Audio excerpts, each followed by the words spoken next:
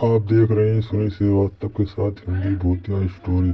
अच्छी लगे तो वीडियो को लाइक करें, हमारे चैनल को सब्सक्राइब करें भाई। रूहानी आवाजें अक्सर सुनसान इलाकों में ही सुनाई देती है, लेकिन हमारे बीच में कुछ ऐसे भी इंसान रहते हैं जो किसी भी जगह पर बैठे बैठे भूतों की आवाज सुन सकते हैं। चुड़ैल की हंसी। चुड़ैल की हंसी एक ऐसी ही कहानी भूत या चुड़ैल स्टोरी है। एक व्यक्ति विश्वनगर गांव में रहता था। पेशे से तो वह बढ़ई था, लेकिन गांव में झाड़ फूक का काम करने के लिए भी लोग उसे बुलाया करते थे। लोगों का कहना था कि बढ़ई को भूत बला की अच्छी जानकारी थी। एक बार बढ़ई फर्नीचर बनाने के लिए लकड़ी लेने जंगल निकल जाता है। जंगल में उसे एक सी एक कीमती लकड़ियां मिलती हैं। वह सभी को टुकड़ों में काट काट कर इकट्ठा करता जाता है। उसे ऐसा करते हुए शाम हो जाती है। बढ़ई सारी लकड़ियां अकेले नहीं ले जा सकता था, इसलिए वह लकड़ी के कुछ गट्ठरों को घने पेड़ों के बीच में छुपा देता है और एक गट्ठर उठाकर ले जाने लगता है। लेकिन तभी उसे किसी औरत के हंसने की आवाज सुनाई देती है। अचानक बढ़ई के सर से लकड़ी का गट्ठर गिर जाता है। बढ़ई पहले से भूतों के बारे में जानता था, इसलिए वह पल भर में समझ जाता है कि ये किसी भयानक चुड़ैल की हंसी चुड़ैल की हंसी है। लेकिन शाम होने की वजह से वह हावी हो सकती है, इसलिए अभी यहाँ से निकलना ही ठीक होगा। और बढ़ई बिना लकड़ियों के जंगल के रास्ते दबे पांव निकलने लगता है। लेकिन चुड़ैल की हंसी चुड़ैल की हंसी बढ़ई के कानों में गूंजती रहती है। बढ़ई डरा हुआ सा अपने घर पहुंचता है।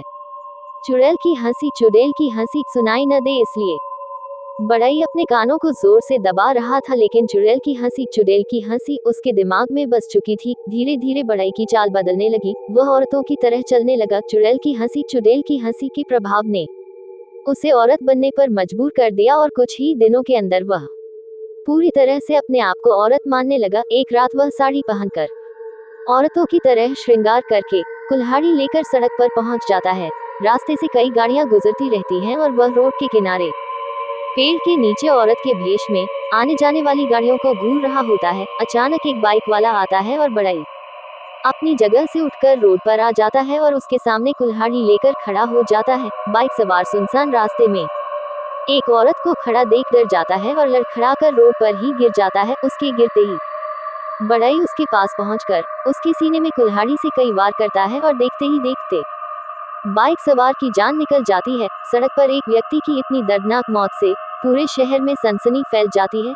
जिस जगह पर हत्या हुई थी उस जगह पर कोई सीसीटीवी कैमरा मौजूद नहीं था, जिससे कातिल का पता लगाना मुश्किल था। पुलिस एक एक करके सबूत ढूंढने में लगी थी। 3 दिन गुजरते ही रात को कुल्हाड़ी के वार से 2 व्यक्ति और सड़क पर मारे जाते हैं। पुलिस को लगने लगा था कि ये किसी सीरियल किलर का काम है। लगातार हत्याओं से शहरवासियों को सड़क पर निकलने में भी डर लगने लगा था। मामला बहुत पेचीदा होता जा रहा था। तभी पुलिस के हाथ एक सुराग लगता है। मरने वाले तीनों व्यक्ति एक दूसरे के रिश्तेदार निकलते हैं। पुलिस मरने वालों के परिवार से पूछताछ करती है। दरअसल पुलिस को शक होता है कि हो सकता है इनकी कोई खानदानी दुश्मनी है, जिसकी वजह से ये हत्याएं हो रही हैं। तभी अगली रात एक और व्यक्ति अपनी कार सहित खाई में गिर जाता है और जब उसकी कार खाई से निकाली जाती है तो पता चलता है कि कार के कांच में किसी ने पत्थर से वार किया था, इसलिए गाड़ी का बैलेंस बिगड़ गया और गाड़ी खाई में जा गिरी। इस हादसे में गाड़ी चालक की मौत हो गई। इत्तेफाक की बात तो ये थी कि ये गाड़ी चालक भी इन्हीं तीनों का रिश्तेदार था। बढ़ई लगातार एक के बाद एक हत्याएं करता जा रहा था, लेकिन उसके ऊपर किसी को शक नहीं हो रहा था। चुड़ैल की हंसी चल की हंसी बढ़ई को अपने कब्जे में ले चुकी थी और अब वह वही कर रहा था जो चुड़ैल चाहती थी। पुलिस को एक बात तो समझ में आ जाती है कि हत्याएं एक ही परिवार के लोगों की हो रही हैं। इसका मतलब उनके परिवार से किसी की दुश्मनी है।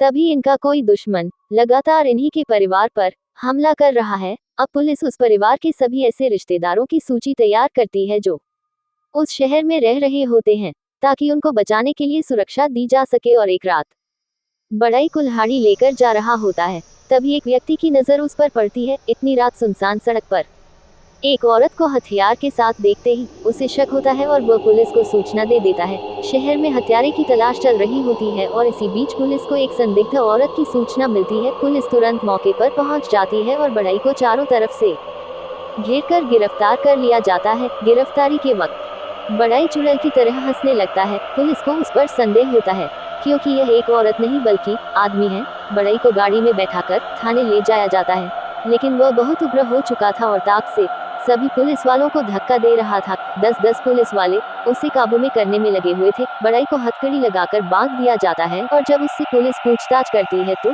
वह अजीब से जवाब देता है। वह शक्ल से आदमी था, लेकिन वह अपने जवाब एक औरत की तरह दे रहा होता है।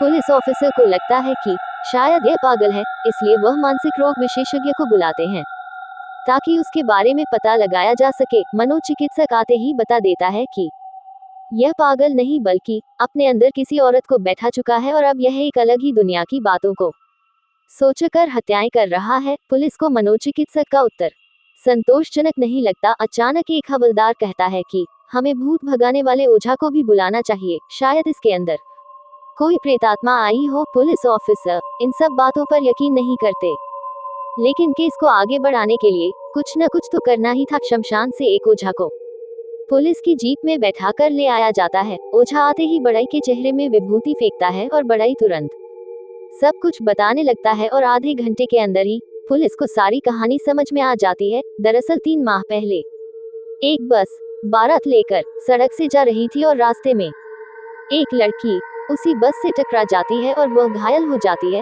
तभी बस में बैठे बाराती उतरकर उसे अस्पताल पहुंचाने की वजह वही किनारे जंगल में ले जाकर एक गड्ढे में मरा हुआ समझकर जिंदा ही दफना देते हैं। और यह वही लड़की की आत्मा है जो बड़ाई के अंदर आकर उन्हीं रिश्तेदारों को एक एक करके मार रही है जो उस बारात में शामिल थे। पुलिस को सारा मामला समझ में आ जाता है।